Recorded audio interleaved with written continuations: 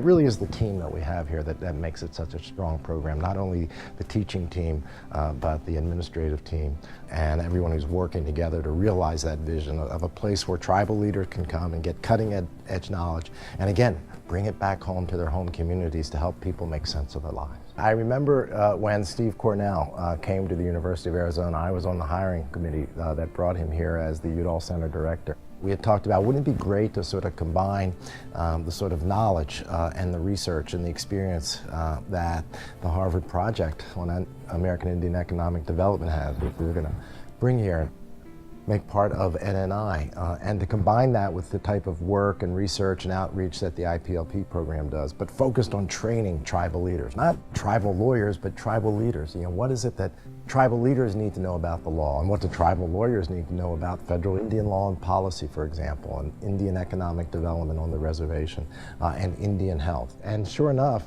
I guess now the program is moving into its, fifth or sixth year. And when we started it, we had a really strong commitment trying to get this thing off the ground, this idea that we were going to create this special curriculum and take advantage of just the wonderful setting here in Tucson, not just the intellectual setting, and not just the wonderful university campus, to be able to do that in January when the desert is in bloom, and have the ability to be on campus and meet with some of the best and brightest people in the field, not only as faculty, but the students we've brought in are some really impressive leaders from continents all over the world. And the challenge for tribal leaders and for tribal government and tribal lawyers and tribal economic development entrepreneurs today is how to integrate what the Navajos call the old with the new. How do we bring tradition? How do we achieve cultural match? How do we build effective institutions as we develop ourselves in this process of nation building? So it's that goal of self-determination. And that really was the dream, is to convene